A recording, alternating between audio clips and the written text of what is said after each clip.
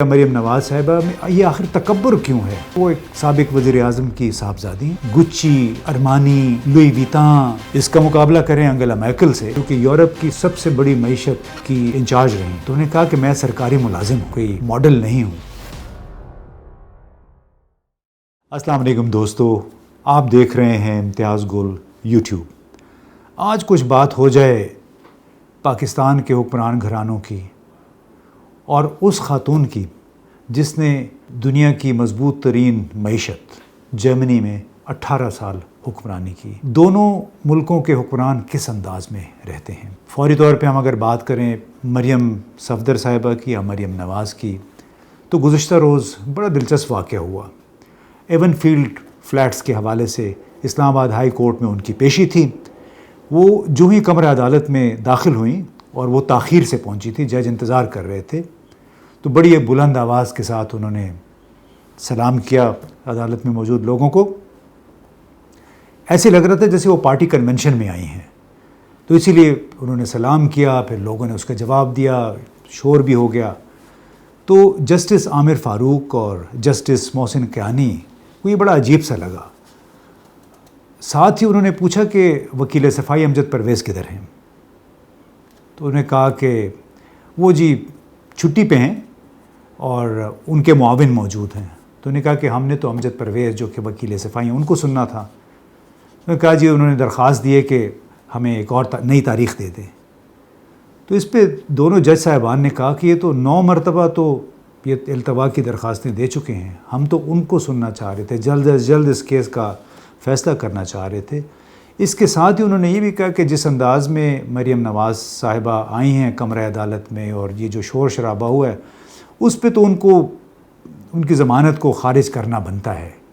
یعنی ان کا کوئی عدالت کے کوئی ڈیکورم کا کسی نے خیال نہیں کیا، اور وہ یہ سمجھ رہی تھیں کہ چونکہ حکمران گھرانے سے ان کا تعلق ہے، وہ کہتی رہی ہیں، لہٰذا کمرہ عدالت میں بھی وہ وہی کچھ کر سکتی ہیں جو پارٹی کنونشن پارٹی اجلاس میں کرتی ہیں۔ تو جناب جسٹس عامر فاروق اور محسن کیانی نے ان کے معاون وکیل کو بتایا کہ 8 ستمبر کو تمام لوگ دوبارہ پیش ہوں تاکہ اس کیس کو ہم اپنے منطقی انجام تک پہنچا سکیں۔ اب سوال یہ ہے کہ مریم صفدر یا مریم نواز صاحبہ میں یہ آخر تکبر کیوں ہے؟ کس بات پہ ہے؟ کیا اس بات پہ کہ وہ ایک سابق وزیر اعظم کی صاحبزادی ہیں؟ کیا اس بات پہ کہ وہ جھوٹ بولنے کی ماہر ہیں؟ یعنی جو قطری خط پیش کیا گیا تھا، بلکہ جھوٹ تو اس لحاظ سے بھی تھا کہ انہوں نے کہا تھا کہ میری تو لندن تو کیا پاکستان میں بھی کوئی جائیداد نہیں ہے۔ تو بعد میں پتہ چلا کہ وہ تو بہت سارے کھاتے کھل گئے تھے۔ اب اس میں افسوس کی بات یہ ہے کہ مقامی ہمارے بہت سارے پی ایم ایل این کے ہم خیال، مریم نواز کے فین، ان کی جو جوشیلی تقاریر ہیں اس کو پیمانہ بنا رہے ہیں کہ وہ بڑی لیڈر بن کے ابھری ہیں۔ تو سوال یہ پیدا ہوتا ہے کہ کیا صرف جوشیلی تقریریں کرنے سے، لوگوں کو تانے مارنے سے اور جھوٹ بول کے لیڈر بنتے ہیں؟ شاید یہ پاکستان میں ہوتا ہو، شاید اسی غلط فہمی میں ہیں یہ لوگ۔ اس کا مقابلہ اگر آپ یورپ کے ساتھ کریں، جرمنی کی چانسلر یعنی وہاں کی وزیر اعظم انگیلا میرکل کے ساتھ کریں، 18 برس تک وہ چانسلر رہی ہیں۔ یہ آخری ان کا مہینہ ہے جس میں انہوں نے نئے الیکشن ہونے ہیں جرمنی میں، اس کے بعد ان کا جو طویل 18 سالہ عہد ہے وہ ختم ہو جائے گا۔ اس 18 سال کے دوران انہوں نے کبھی اپنے جو کپڑے ہیں وہ سرکاری فنڈ سے نہیں خریدے۔ ان سے جب ایک مرتبہ پوچھا گیا کہ آپ ذرا بہتر کپڑے پہنا کریں، بہتر لباس، تو انہوں نے کہا کہ میں سرکاری ملازم ہوں، میں کوئی ماڈل نہیں ہوں۔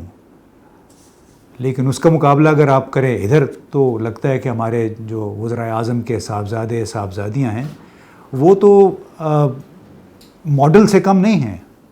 گچی، ارمانی، لوئی ویتان، پتہ نہیں کون کون سے برانڈز کے کپڑے اور گھڑیاں اور پرسز اور جوتے یہ لوگ پہن کے سمجھتے ہیں کہ وہ حکمران ہیں اس ملک کے۔ ان لوگوں کے پیسوں پہ پلنے والے جن کے کندھوں پہ سوار ہو کے یہ ایوان آئے اقتدار میں پہنچتے ہیں۔ اس کا مقابلہ کریں انگیلا میرکل سے، وہ خاتون جو کہ یورپ کی سب سے بڑی معیشت کی انچارج رہیں، وہ اپنے 2 کمرے کے فلیٹ میں رہ رہی ہیں، ہر ویکنڈ پہ اپنا ناشتہ خود تیار کرتی ہیں، اپنے کپڑے بھی جو لانڈری ہے وہ بھی خود کرتی ہیں۔ ان کے میاں نے جو پروفیسر ہے، کبھی بھی اگر غیر ملک کا سفر کیا تو بزنس کلاس میں وہ نہیں گئے جس میں چانسلر انگیلا میرکل سفر کرتی تھیں۔ کبھی کسی کا ایک پائی کا کبھی کسی نے نہیں سنا کہ ایمبیزلمنٹ ہوئی ہے۔ تو قصہ مختصر یہ کہ جرمنی کی چانسلر 18 سال تک اپنے خرچے پہ اپنے فلیٹ میں رہتی رہی ہیں، جو چانسلر ہاؤس ہے وہاں پہ صرف سرکاری میٹنگز کے لیے جایا کرتی تھیں، اور ان کا اس مقام تک پہنچنا کوئی جوشیلی تقاریر سے نہیں تھا، یا اس کے والدین کوئی وزیر اعظم یا چانسلر نہیں تھا جرمنی کا، بلکہ سخت محنت، انتہائی قوم پرست، دیانتداری کے ساتھ انہوں نے اپنی 18 سال حکمرانی کی ہے، اور ان کو ہر جگہ پہ انتہائی ستائش کے ساتھ یاد کیا جاتا ہے۔ 1-2 مرتبہ ان سے کسی نے پوچھا بھی کہ آپ کے نام پہ ہم انسٹیٹیوٹ بنانا چاہتے ہیں، تو انہوں نے کہا کہ نہیں، میں ابھی زندہ ہوں، مجھے اپنے نام پہ کوئی ایسا ادارہ نہیں چاہیے، جب میں مر گئی تو اس کے بعد دیکھا جائے گا۔ ہمارے یہاں آپ دیکھیں، صرف بھٹو گھرانے کے نام پہ کوئی 13 ادارے ہیں، نواز شریف فیملی کے دیکھیں تو ان کے جیتے جی کوئی 1 درجن سے زیادہ مختلف ادارے، پارک، ہسپتال، ٹریننگ سینٹر قائم ہوئے ہیں۔ لیکن انگیلا میرکل، اور اس سے پہلے ہیلمٹ کول بھی چانسلر تھے، وہ بھی 16 سال تک رہے چانسلر، انہوں نے بھی اپنا نام کسی ادارے کو دینے کا نہیں سوچا، بلکہ انکار کیا۔ صرف ایک تھا، یورپین پروجیکٹ تھا، اس میں ان کا نام استعمال کیا گیا کہ ریسرچ انسٹیٹیوٹ تھا، تو اس پہ وہ راضی ہو گئے تھے کہ چلیں یہ پورے یورپ کے لیے ایک ادارہ بن رہا ہے۔ اس کے برعکس پاکستان کو دیکھیں، یہاں پہ ہر گلی میں، ہر سڑک پہ آپ کو سابق یا موجودہ وزیر اعظم کے نام کی تختی نظر آئے گی۔ یہ وہ لوگ ہیں جو عوام کو سمجھتے ہیں کہ ان کے نمائندے ہیں، لیکن عوام ہی کے وسائل پہ جس انداز میں یہ لوگ رہتے رہے ہیں وہ بڑی دردناک کہانی ہے، اور خود عوام کو یہ سوچنا چاہیے کہ کیا یہ لوگ کسی آسمانی صحیفے میں لکھا ہوا تھا کہ اس ملک کے حکمران بنیں گے، یا ان لوگوں کے ووٹوں کی مدد سے یہ آتے ہیں اور پھر لوٹ مار کا ایک سلسلہ ہوتا رہا ہے۔ یہ تمام لوگوں کو خود بھی سوچنا چاہیے بطور پاکستانی کہ کیا صرف سابق وزیر اعظم کا بیٹا بیٹی ہونا کافی ہے، ایک کوالیفیکیشن ہے آپ کے لیڈری کے لیے، یا آپ کی دیانت، ٹرانسپیرنسی، ایمانداری اور بے غرض بے لوث خدمت ان عوام کی جن کے کاندھوں پہ سوار ہو کے یہ لوگ ایک ایوان آئے اقتدار میں پہنچتے ہیں۔